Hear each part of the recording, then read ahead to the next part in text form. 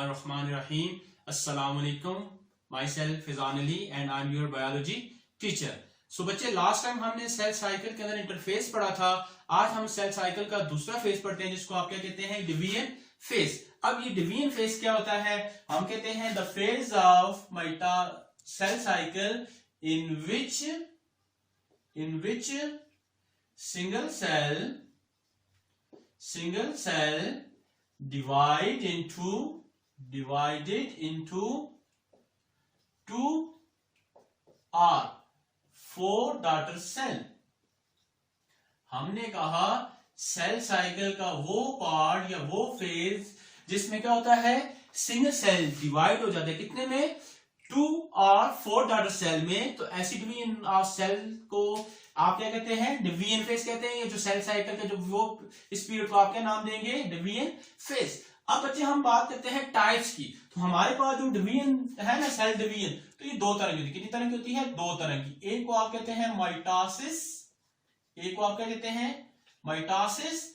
और जो नंबर 2 है इसको आप बच्चे कहते हैं myiasis.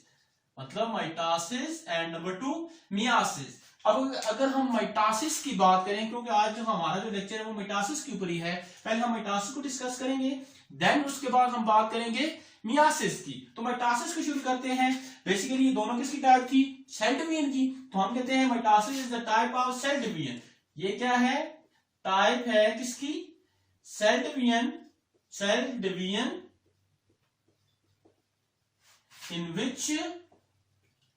in which single parent cell divide into two daughter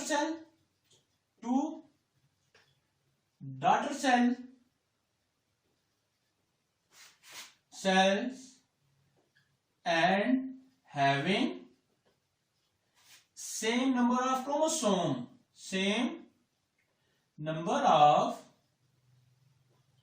chromosome. हमने कहा ऐसी टाइप सेल डिवीजन की जिसके अंदर सिंगल सेल कितने में डिवाइड हो जाए, 2 डॉटर सेल में डिवाइड हो जाए, और नंबर ऑफ क्रोमोसोम क्या हो, सेम हो जैसे कि उसके पेरेंट सेल के अंदर थी. ठीक हो गया. मतलब एक सेल कितने में डिवाइड हो जाए, 2 डॉटर सेल में, नंबर ऑफ क्रोमोसोम क्या हो, सेम हो. अब बच्चे अगर हम इसकी डिस्कवरी की बात करें तो हम कहते हैं mitosis was discovered by Walther Flemming. हमने कहा सबसे पहले जो माइटोसिस को डिस्कवर किया तो किसने किया था, वल्डर फ्लेमिंग ने. कब, 1879. सबसे पहले इसको किसने डिस्कवर किया था, वल्डर फ्लेमिंग ने. कब किया था, 1879 के अंदर. ये जर्मन बायोलॉजिस्ट था. अब अच्छा हम इसके अगर अक्रेस की बात करें तो हम कहते हैं it is occur somatic cell of body. Somatic cells of body. ठीक है, ये कहां पर अगर होती है, सोमैटिक सेल्स ऑफ बॉडी के अंदर अगर होती है. इसके अलावा अगर हम आपके कोर्स से मतलब 9th के कोर्स से बाहर निकलें तो ये ओवरऑल हर बॉडी का, चाहे वो जर्म सेल्स है या ऑल सेल्स ऑफ बॉडी के अंदर क्या होती है, अकर होती है. ठीक हो गया. अब फेजेस की बात करें तो आपके पास जो माइटोसिस है इसके 2 फेजेस होते हैं. माइटोसिस कितने फेज होते हैं, 2 फेज.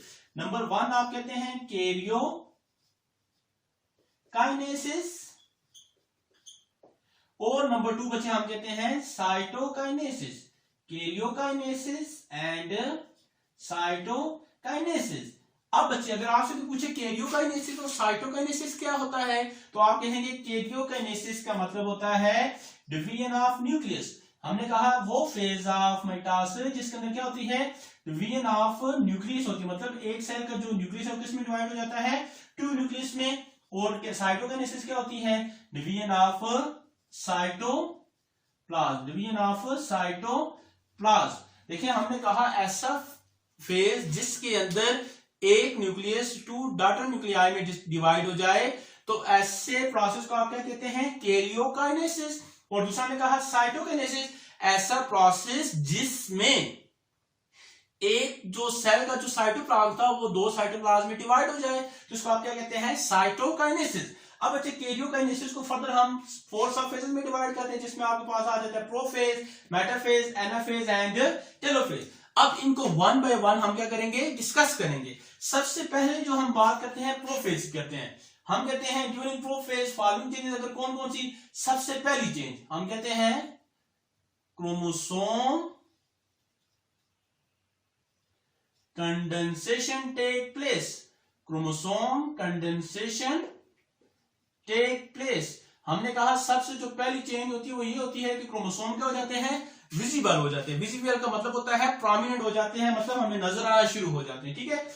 दूसरा बच्चे हम कहते हैं spindle fibres are arise from centriole. जो आपके पास सेंट्रियोल होता है वो उससे क्या निकलता है, स्पिंडल फाइबर्स निकल आते हैं।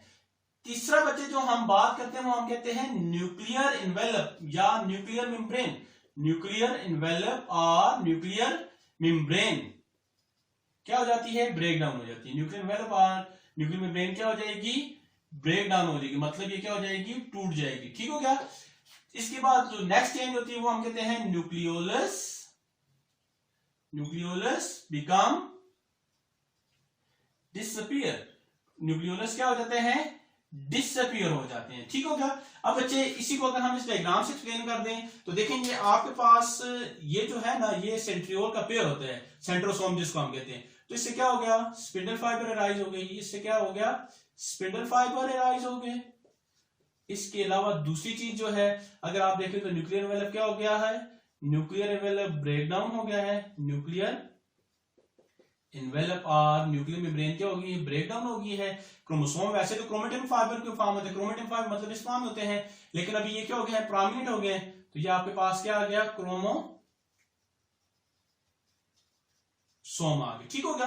अब बच्चे इसके बाद हमने कहा सेल जब ये चीजें हो जाएंगी तो सेल किसके अंदर इंटर हो जाएगा, मेटाफेज। मतलब ये फेज जो है ना ये सीक्वेंस वाइज तक होते हैं, पहले प्रोफेज होगा, फिर मेटाफेज होगा, फिर एनाफेज और लास्ट में होता है टेलोफेज होता है। अब बच्चे हम कहते हैं इसके बारे में, प्रोफेज के बारे में हम कहते हैं it is the longest phase of mitosis. ये क्या होता है, लॉन्गेस्ट फेज होता है किसका, माइटोसिस का। इसके बाद बच्चे दूसरा हम कहते हैं मेटाफेज। तो इसके अंदर कौन सी चेंज, सबसे पहली चेंज हम कहते हैं chromosomes are move in the center of cell। Chromosome के अंदर मूव कर जाएंगे, सेंटर ऑफ सेल के अंदर मूव कर जाएंगे, मतलब साइटोप्लाज्म के सेल के सेंटर में आ जाएंगे। दूसरी चीज बच्चे हम कहते हैं स्पिंडल फाइबर्स और move opposite pole. Spindle fibre किधर मूव कर जाएंगे, ऑपोजिट पोल की तरफ। मतलब अगर एक इस साइड पे है तो दूसरा उस साइड चला जाएगा, एक इस साइड पे है तो दूसरा उस साइड चला जाएगा, ठीक हो गया, ऑपोजिट पोल्स की तरफ चले जाएंगे। तीसरा spindle fibres attach with centromere of chromosome. जो स्पिंडल फाइबर है ये क्रोमोसोम्स के सेंट्रोमेयर के साथ क्या हो जाएंगे, अटैच हो जाएंगे with the help of kinetochore. With the help of kinetochores. अब काइनेटोकोर्स क्या है, ये बेसिकली प्रोटीन होती है जो क्रोमोसोम के हो, स्पिंडल फाइबर के हो, आपस में क्या करती है, जोड़ती है। अब अच्छा यहां पर इसको एक थोड़ा सा ये चीज एक देख लें, ये बहुत जरूरी है। अब देखें ये आपके पास एक क्रोमोसोम है, ये एक क्रोमेटिड है, ये इसका क्या है, दूसरा क्रोमेटिड है। अब बच्चे ये दोनों जो एक क्रोमेटिड और दूसरा क्रोमेटिड है ये कहां पर अटैच होते हैं, सेंट्रोमेयर पर। दोनों कहां पर अटैच है, सेंट्रोमेयर पर, ठीक हो गया। अब बच्चे आपने एक चीज जो ये भी याद रखनी है कि यहां पर ये जब सेल डिवीजन फेज के अंदर एंटर होता है तो इसके अंदर क्या हो चुकी होती है, डीएनए की रेप्लिकेशन हो चुकी होती है। मतलब एक क्रोमोसोम के अंदर कितने क्रोमोसोम का मटेरियल होता है, 2 क्रोमोसोम का मटेरियल होता है। आप इसको ऐसे भी याद कर सकते हैं, या आप बच्चे इसको ऐसे भी याद कर सकते हैं कि आपके पास ये एक क्रोमोसोम था, ठीक है, फिर इसके साथ क्या हो गए, सिस्टर क्रोमेटिड अटैच होगी, ये चीज भी आप कह सकते हैं, ठीक हो गया। अब सारों के अंदर सिंगल आप डीएनए कहते थे 4, मतलब एक क्रोमोसोम के अंदर आपके अंदर पास डीएनए मटेरियल कितने क्रोमोसोम का था, 2 क्रोमोसोम का। अच्छा फिर बच्चे हमने बात की किस स्पिंडल फाइबर का किसके साथ अटैच हो जाना है, सेंट्रोमेयर ऑफ क्रोमोसोम के साथ। अब ये जो क्रोमोसोम के सेंट्रोमेयर के साथ ये क्या हो गया, स्पिंडल फाइबर अटैच हो गया। ये जो स्पिंडल फाइबर का क्रोमोसोम के सेंटर के साथ अटैच होना है, ये किसकी मदद से होता है, प्रोटीन की मदद से। उस प्रोटीन का नाम हमने क्या पढ़ा, काइनेटोकोर पढ़ दिया, ठीक है। काइनेटोकोर क्या है, बेसिकली ये प्रोटीन है। काइनेटोकोर आपके पास क्या है, आपने याद रखना है, ये प्रोटीन है जो क्रोमोसोम के सेंट्रोमेयर को स्पिंडल फाइबर के साथ जोड़ती है, ठीक है। अब देखिए बच्चे यहां पर, अब ये जो आपके पास है ना, ये क्रोमोसोम की तरह आ गए, सेंटर में आ गए। अब इस सेंटर को आप कहते हैं मेटाफेज प्लेट, मेटाफेज प्लेट, और इसको आप इक्विटोरियल प्लेट भी कहते हैं। मेटाफेज प्लेट और इक्विटोरियल प्लेट कहते हैं। फिर इसके बाद बच्चे दूसरा अगर आप देखें तो ये जो स्पिंडल फाइबर है ना, ये बेसिकली 3 टाइप्स हो जाते हैं। स्पिंडल फाइबर कितने डिवाइड में हो जाते हैं, 3 टाइप में डिवाइड होते हैं। कौन कौन से, अब ये जो आपको शार्ट नजर आ रहे होंगे ना, इनको आप कहते हैं एस्टर माइक्रोट्यूब्यूल, एस्टर माइक्रोट्यूब्यूल। अब बच्चे जो एक कोने से दूसरे कोने तक जा रहे हैं ना, इनको आप कहते हैं पोलर माइक्रोट्यूब्यूल। अब इसके अलावा जो क्रोमोसोम के साथ अटैच है, इनको आप कहते हैं काइनेटोकोर, काइनेटोकोर माइक्रोट्यूब्यूल, ठीक है। इसको आप क्या कहते हैं, काइनेटोकोर माइक्रोट्यूब्यूल, ठीक हो गया। तो ये सारी की सारी चीजें किसके अंदर हुई, मेटाफेज के अंदर। अब बच्चे इसके बाद जब ये चेंजेस हो जाएंगी, तो अब ये सेल किधर एंटर हो जाएगा, या कौन सा फेज आ जाएगा, नेक्स्ट आपके पास एनाफेज आ जाएगा। अब एनाफेज में क्या होता है, हम कहते हैं chromosomes are divide, chromosomes are divide due to pull exerted by spindle fiber। अब हमने कहा कि वो जो क्रोमोसोम था वो क्या हो जाएंगे, टूट जाएंगे। मतलब आपको यहां पे मैंने बताया था कि एक क्रोमोसोम के अंदर 2 क्रोमोसोम का मटेरियल है, तो ये क्रोमोसोम यहां पे क्या हो जाएगा, टूट जाएगा। ये समझिए एक साइड आ जाएगा एक डीएनए मटेरियल, और एक साइड आ जाएगा दूसरा डीएनए मटेरियल। तो अब बेसिकली एक क्रोमोसोम था, और यहाँ पे कितने में डिवाइड हो गया, 1 और 2। तो नंबर ऑफ क्रोमोसोम में इस वजह से कमी नहीं होती। फिर इसके बाद नेक्स्ट बच्चे, नेक्स्ट क्या होता है, हम कहते हैं after division, after division chromosomes are move opposite pole। जब क्रोमोसोम डिवाइड हो जाएंगे तो फिर ये क्या करेंगे, उसकी तरफ। इसके बाद स्पिंडल फाइबर ने उसको पकड़ा हुआ था ना, जकड़ा हुआ था क्रोमोसोम को सेंटर से, एक ने अपनी तरफ खींचा, दूसरे अपनी तरफ, तो एक क्रोमोसोम डिवाइड हो गया 2 में। फिर बच्चे देखिए यहाँ पे स्पिंडल फाइबर जितना उनको अपनी तरफ खींचेंगे, मतलब अगर रस्सी उधर थी, मैंने खींचा, तो जब जितना वो कोई भी रस्सी से साथ कोई भी जो चीज जुड़ी है, जितने अपनी तरफ खींचेगा तो रस्सी की लेंथ क्या हो जाएगी, कम हो जाएगी। तो यहाँ पर भी स्पिंडल फाइबर जब क्रोमोसोम सेंटर में थे तो ज्यादा दूर थे, जब क्रोमोसोम को उन्होंने तोड़ दिया तो फिर उनकी नजदीक आ गए। जब नजदीक आ जाएंगे तो इसमें क्रोमोसोम जो है, या जो स्पिंडल फाइबर की लेंथ क्या वो हो जाएगी, शॉर्ट हो जाएगी, और क्रोमोसोम किधर मूव करेगा, उनके करीब मूव करेगा। तो हमने ये बात कही थी कि दोनों क्रोमोसोम जो है उनके स्पिंडल फाइबर किधर है, स्पिंडल फाइबर अपने अपोजिट पोल है, एक अभी तरफ कहेंगे दूसरा अभी तरफ, ऑटोमेटिकली ये किधर मूव कर जाएंगे, अपोजिट पोल के अंदर। अब बच्चे यहाँ पे देखें, ये आपके पास वही सेंटर ऑफ सेल को हमने क्या नाम दिया था, मेटाफेज प्लेट, ठीक हो गया, या दूसरा नाम हमने पढ़ा इक्विटोरियल प्लेट।